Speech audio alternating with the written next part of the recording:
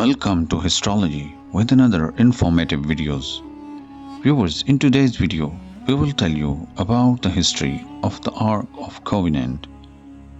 Viewers, why are the Jews searching for the Ark of the Covenant until now?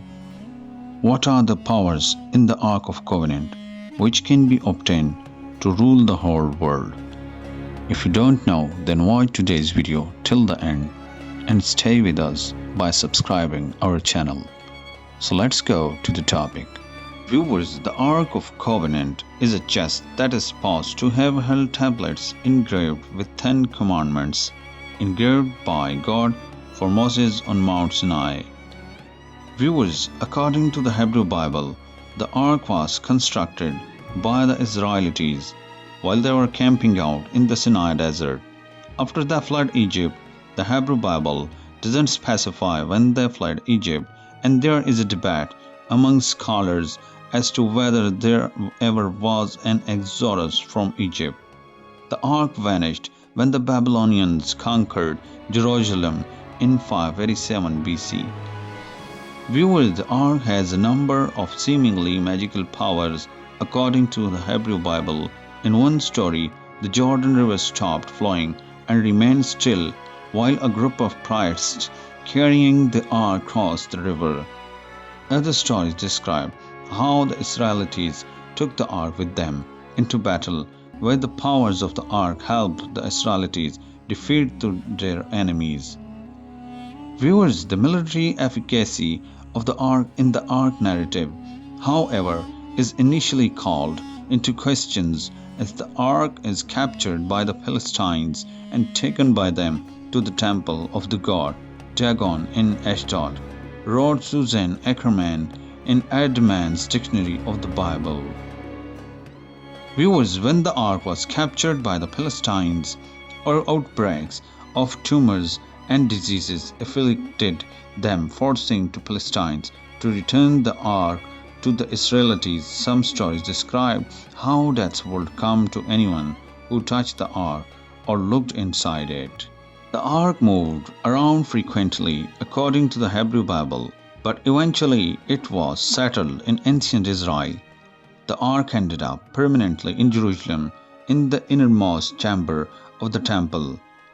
The story of how it got there is found in 2 Sam 6 and also in PS 132, one of the very few explicit mentions of the ark outside of Pentateuch and the historical books.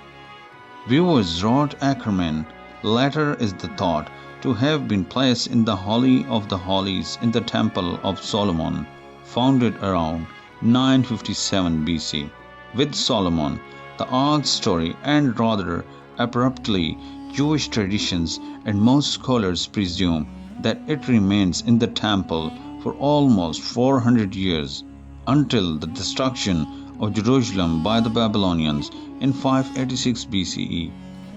Viewers, yet it is not mentioned in the list of spoil the Babylonians took from the temple. Perhaps this indicates that the ark was taken from Jerusalem already in the late 10th century. As part of the military campaign undertaken by Pharaoh Shishak during the reign of Solomon's sons Rehoboam, wrote Ackerman. It's not known what happened to the ark after the first temple was destroyed by the Babylonians.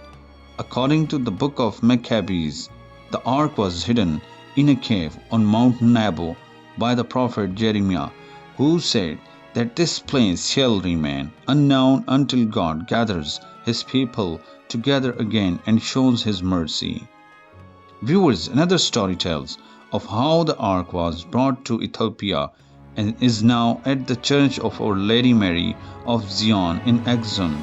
Supposedly, only the guardian of the ark is allowed to view this ark, but a scholar named Edward Elondorf saw the ark during World War II and found that it was not the original ark.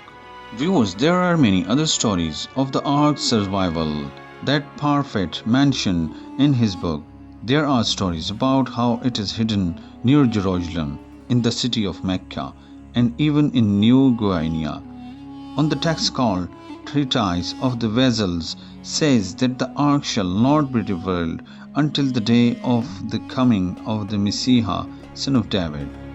And the book of Revelation claims that the ark will not be seen again until the end times.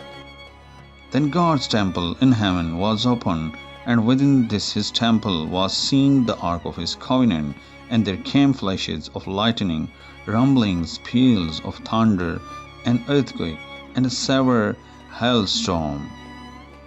There are two biblical stories describing the construction of the ark. The first and most famous version is found in the book of Exodus and describes how a large amount of gold was used to build the ark. The second version, found in the book of Deuteronomy, briefly describes the construction of an ark made just of wood. Understanding the story surrounding the ark is challenging because of the different accounts. Some scholars believe that multiple arks may have been constructed and used at the same time or at different times. The story of the construction of the ark told in the book of Exodus describes in great detail how God ordered Moses to tell the Israelites to build an ark out of wood and gold, with God supposedly giving very precious instructions.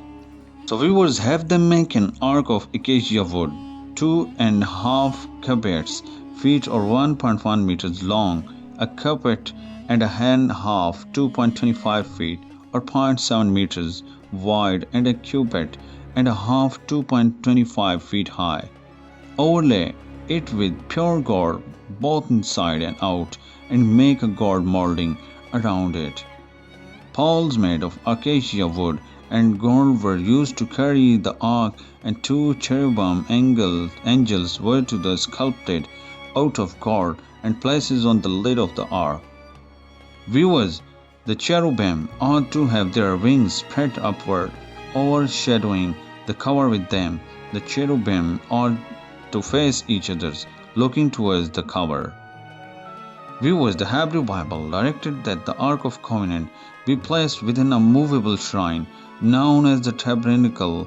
A curtain that prevented people from moving the Ark of the Covenant was set up within the Tabernacle, and an altar and incense burners were placed in front of the curtain.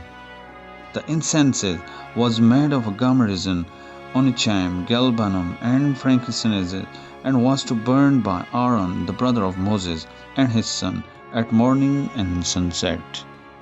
That's it. Viewers, in upcoming video, we will tell you more about the Ark of Covenant. So stay with us by subscribing our channel.